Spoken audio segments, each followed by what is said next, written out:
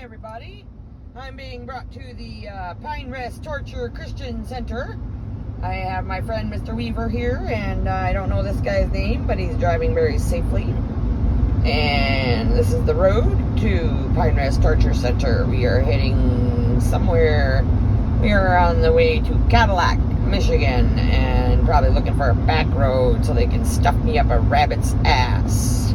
Yep, me, Jill Susan Kesty, reporting that Q-tips shouldn't be used to hurt people. Yes. Yes. What is this? I don't know. I'm pretty sure I'm going to be tortured again.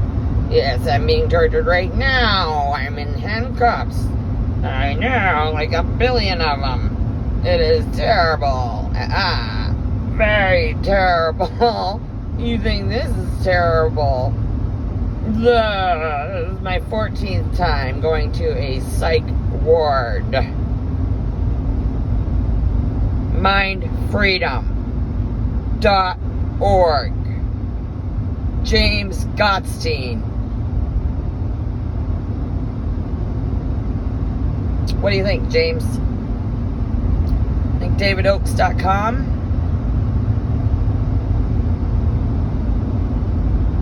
Studebaker is a type of classic car.